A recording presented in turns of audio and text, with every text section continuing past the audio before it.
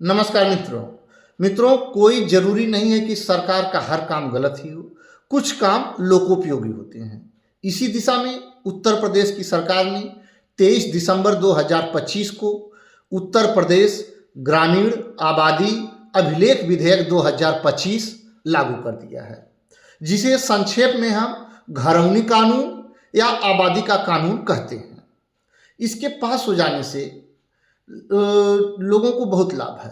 पहला लाभ यह है कि जो ग्रामीण अंचल में आबादी की ज़मीन होती थी, तो कभी काल को जिसकी लाठी उसकी भैंस होती थी। आबादी की ज़मीन में आए दिन विवाद होता था, क्योंकि वह किसी के नाम दर्ज नहीं होती थी।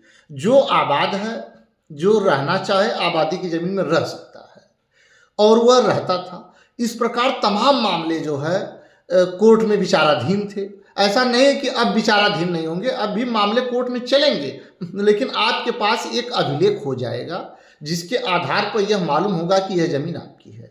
अब जो घरौनी या आबादी कानून है, उसके तहत जो आबादी की ज़मीन में बसा है उसकी मैपिंग कराई जाएगी, और जो उसका मालिक है उसके नाम वह ज़मीन दर्ज हो जाएगी। जब उसके नाम वह ज़मीन दर्ज हो जाएगी, तो अब तक बैंक जो है आबादी की ज़मीन पर लोन नहीं देता था। अब बैंक आबादी की ज़मीन पर भी लोन देगा, जिससे लोग लोन लेकर अपना मकान बना सकते हैं।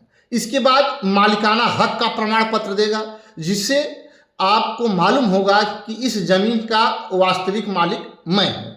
अब दूसरा कोई उस ज़मीन पर दावा नहीं कर सकता है। अगर वह दावा करेगा तो वह मुकदमा हार जाएगा। तो यह एक सराहनीय कदम है। हमारे हिसाब से इस कानून के पास हो जाने से कम आबादी की ज़मीन का जो रह रहे हैं उनको मालिकाना हक मिलेगा, और बैंकों से उस पर लोन मिलेगा। और विवाद, आबादी से संबंधित जितने विवाद हैं वह करीब उसमें जो है बहुत कमी आएगी।